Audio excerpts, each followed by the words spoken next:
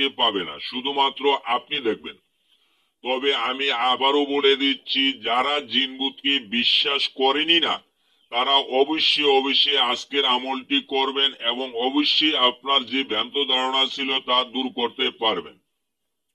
তো চলুন শুরু করছি। আপনি মন্ত্রটি কিভাবে সিদ্ধি করবেন, কিভাবে প্রয়োগ করবেন বিস্তারিত বলে দিচ্ছি। ভিডিওটি না টানিয়ে শেষ পর্যন্ত দেখতে থাকুন। তো সর্বপ্রথমে আমি আপনাকে মন্ত্রটি বলে দিচ্ছি। মন্ত্রটি হলো আলিফ লাম মিম ইয়াসিন ইয়া নুরু ইয়া বাতিনু দোহাই এলাহি জিন ইনসান মানব দানব দেহ দৈত্য দানা সহচুক্তি দেখাও মোরে বিয়াকে হযরত নবী সাইয়্যিদিনা ইয়া জাহিরু ইয়া বাতিনু। আমি মন্ত্রটি আরেকবার বলে দিচ্ছি। মন্ত্রটি অবশ্যই আপনারা দেখতে পারতেছেন। আলিফ লাম মিম ইয়াসিন ইয়া নুরু ইয়া বাতিনু দোহাই ইলাহি জিন ইনসান মানব দানব দেহ দানা সচক্ষে দেখাও মোরে বিহাকে হযরত নবী সাইয়্যিদিনা ইয়া জাহিরু ইয়া বাতিনু। তো উক্ত মন্ত্রটি আপনাকে সর্বপ্রথমে সিদ্ধি করতে হবে, মানে সাধন করতে হবে। উক্ত মন্ত্রটি সাধন করতে হবে কেবলমাত্র 3 দিনে। উক্ত মন্ত্র সাধন করে আপনি নিজের চোখে জিনভূতকে দেখতে পাবেন।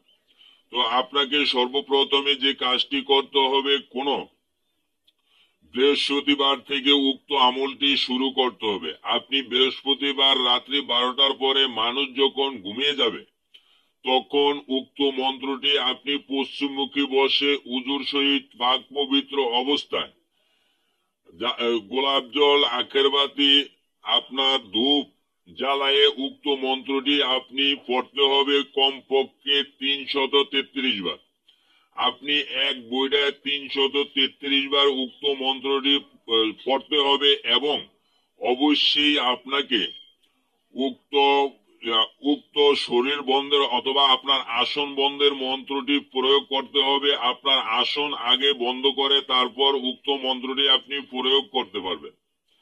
তো আপনার যখন আসন বন্ধ হয়ে যাবে, তখন আপনি উক্ত মন্ত্রটি 333 বার পড়তে থাকবেন এক নাগারে। এইভাবে বৃহস্পতিবার 333 বার, শুক্রবার রাত্রি 333 বার এবং শনিবার রাত্রি 333 বার আপনি মন্ত্র পড়বেন। যখনই মন্ত্র পড়া শেষ হয়ে যাবে, আপনার 3 দিনের সাধন শেষ হয়ে যাবে, তখনই রুহানি ভাবে আপনি জিন ভূতকে আপনার নিজ চোখে দেখতে পাবেন, যেটা সাধারণ অন্য কেউ লোক দেখতে পাবে না। তবে আপনাকে আমি আবারও বলে দিচ্ছি, যখনই আপনি উক্ত সাধন করবেন, মাছ মাংস খাওয়া চলবে না। আপনি ওই 3 দিনের মধ্যে মাছ মাংস খাইতে পারবেন না।